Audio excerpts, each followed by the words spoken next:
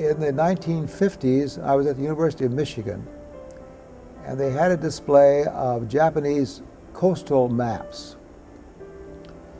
Now, by coastal maps, we normally mean, you have a map and you have whirls, and they tell you how deep the water is.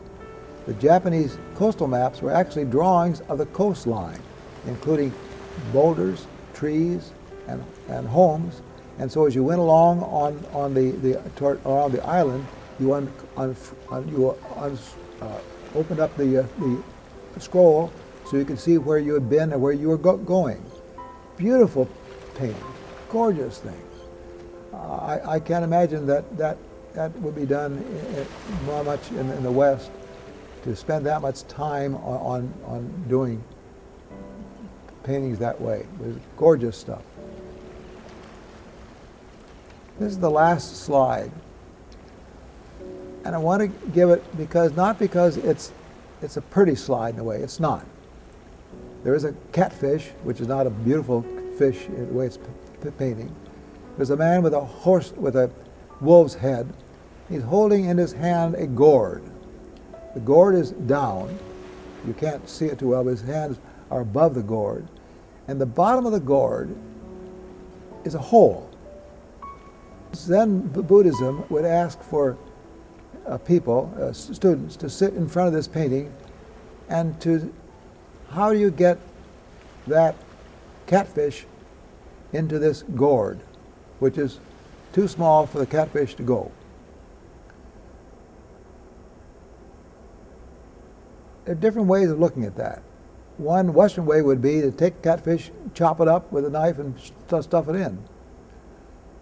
One of my students said, what I would do is I would put the gourd in the water with the hole up and wait until the catfish produced little catfish, and then they would swim into the gourd. The answer is not so important as the fact that they were using art to make people think about what could be done.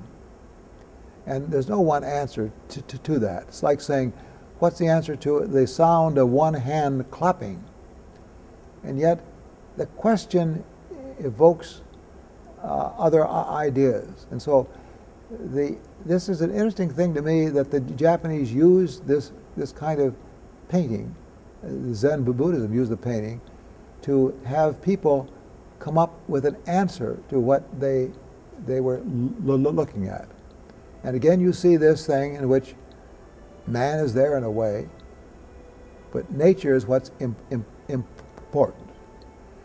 One of the things I like you to do in the future, when you go to a museum, an art museum, visit the Oriental section. Look at it and enjoy it.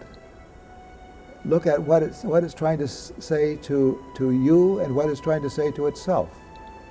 And you'll see that you can find things in the Oriental paintings that might have been more difficult for you to understand or to appreciate, is a better term, than we've had before. Thank you for listening to me.